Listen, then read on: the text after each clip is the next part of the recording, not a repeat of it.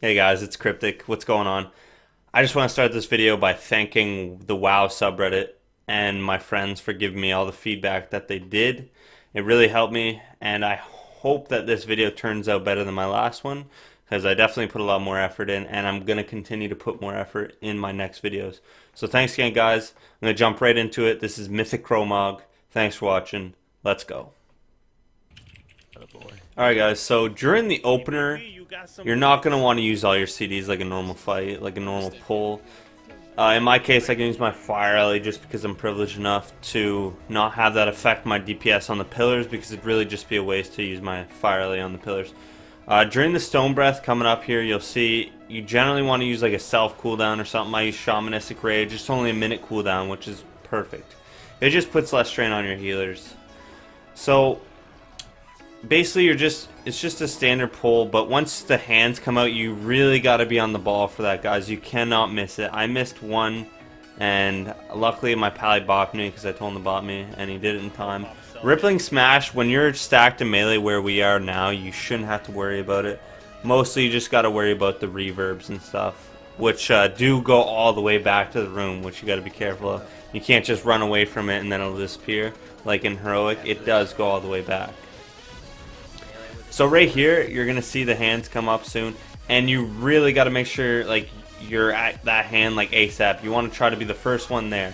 If you're designated to AoE, you got to make sure that you AoE. I mean, some classes don't have much, like a Feral Druid, you don't have much AoE.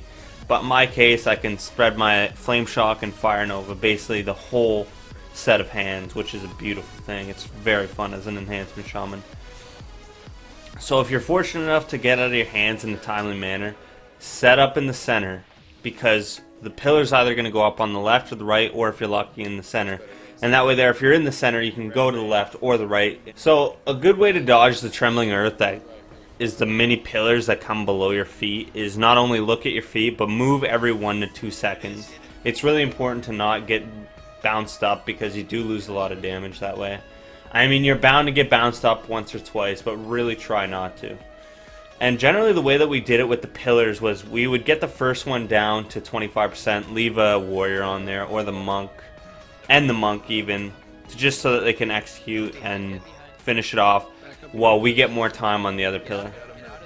Now during this phase, it's really key to know your limits, because you can see what's going on is like he'll do his Call of the Mountain when, if you're in range of him, you cannot die. You need to be behind the pillar. Or you cannot get hit by it, rather, or you will die. There, that's more like it. You need to be behind the pillar during the Call of the Mountain, and then he will smash a random rock, and you basically got to move out of the way.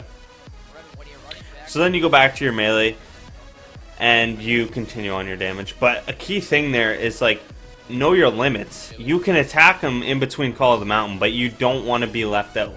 So you got to get back to your rock as fast as possible. Now when you're running back from your hands, this is a good tip, do not get in range of the tanks. Or if you're running back from Call of the Mountain, let's say it was on the right side, and you run through the tanks, you're gonna get smacked by the boss, and I think it splits like 500,000 damage between the players, so you're gonna take some damage. So you'll see this hand phase, it's honestly like we kind of screwed up. It's a little bit slower than it should be. You gotta get out of this phase as fast as possible, because this is damage on the boss. Like, this boss can literally come down to a few percent if you don't get out of hands fast enough, or if you don't get pillars down fast enough. It is a dreadful fight, guys. It's not easy. Alright, so another key tip when running back from the hands or from the pillars, either one, is do not run through the tanks, because the tanks get smacked for some serious damage. It might be 500k, and they mitigate most of that. So you got to think that you're going to be taking at least 100k or more just from running through like the melees from the boss with the tanks. So you got to be super careful about that. Now I'm probably going to skip ahead to the 30%, because this is really just rinse and repeat, guys. It's not hard. All you got to focus on during this part is focus on the reverbs, popping self cooldowns during the breath, and you know, just doing as much damage as you can during this fight, because it really comes down to a few percent, guys, and I cannot stress that enough. We've had too many like 2% wipes where, you know, we're just pissed at each other because we didn't do enough. Alright guys, so this is 30%. This is what it's gonna look like.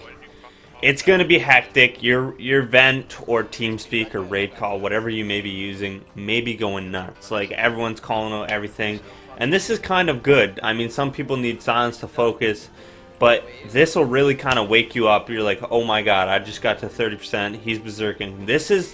It's not necessarily even the hardest part. It's just where people choke. I don't know what it is, but you really got to make sure you're on your A game. So at 30%, you're gonna pop hero. You're going to pop whatever cooldowns you may have left. You're going to pop your second potion from your pre-pod, of course. And you're going to burst the boss. It's literally that simple. But you got to make sure that you're paying attention to your surroundings. I've seen people just kind of zone in and they're like trying to do the most DPS that they possibly can. And they get hit by a smash or a rippling smash, yeah. Alright, so you will get another hand phase regardless of how much damage you're doing. I highly doubt that anyone at this level can push the boss past the last hand phase. It just won't happen. And basically your cooldowns are probably going to be out by now. So you really got to make sure that you can still do as much AoE damage or single target damage, whatever you may be doing. You got to make sure that you do as much damage on these hands as fast as possible, because you guys got to get out of these hands ASAP. Because this damage is going to have to go towards the boss and not wasted on these hands. Alright, so as you can see, at this point we're really kind of panicking. We have to kill these pillars, but at the same time we know we won't be able to kill 3, because if we waste time on killing 3, chances are we won't have time to kill the boss. So as you see, my raid leader, Divine Edge, he made the sickest call ever. He's like, kill 2 guys, kill 2, we don't have time for 3, and we're going to do as much damage in between as we can. So you see Call of the Mountain goes out, and right now we are just doing as much as we can to this boss. Dodging Rippling Smash, doing whatever we can. So Call of the Mountain comes out, we all dodge it, luckily, one person dies. But we still are able to make the kill happen, just because, look, you actually see Call of the Mountain comes out on DBM. But we kill it right before, and it was fucking beautiful, guys. I will end this video by saying thank you guys, really appreciate it. Reddit community, friends, any fans out there, probably none yet. But I really thank you guys for watching the video. Be sure to check out my stream if you can. It's twitch.tv/Kriptic, Kriptic. There will be a link in the description.